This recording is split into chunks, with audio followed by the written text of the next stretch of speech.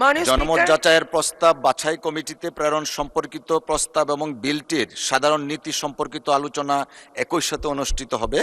আমি এখন নোটিশদাতা মাননীয় সদস্যকে তার প্রস্তাবের পক্ষে বক্তব্য রাখার জন্য আহ্বান জানাচ্ছি।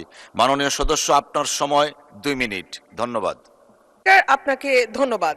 মাননীয় স্পিকার, একটি দেশের অর্থনীতিকে টেকসই ও শক্তিশালী করবার পেছনে যে কয়টি স্তম্ভ গুরুত্বপূর্ণ ভূমিকা পালন করে তার অন্যতম একটি হচ্ছে শেয়ার মার্কেট বা পুঁজিবাজার।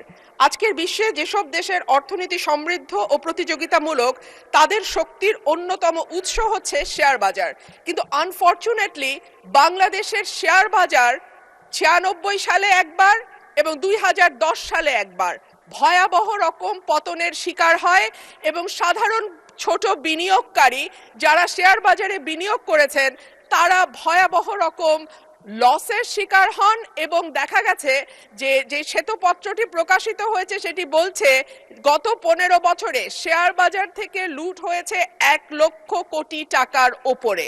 মাননীয় স্পিকার, এই 1 লক্ষ কোটি টাকা সাধারণ মানুষের টাকা, যেই মানুষগুলো তাদের সমস্ত সঞ্চয় হয়তো শেয়ার বাজারে বিনিয়োগ করেন, সেই মানুষগুলোর টাকা, এবং এগুলো লুটপাট করা হয়েছে একটি বিশেষ গোষ্ঠীর মাধ্যমে, একটি বিশেষ কিছু ব্যবসায়ী প্রতিষ্ঠানের মাধ্যমে, যাদেরকে কখনোই বিচারের আওতায় আনা হয় নাই।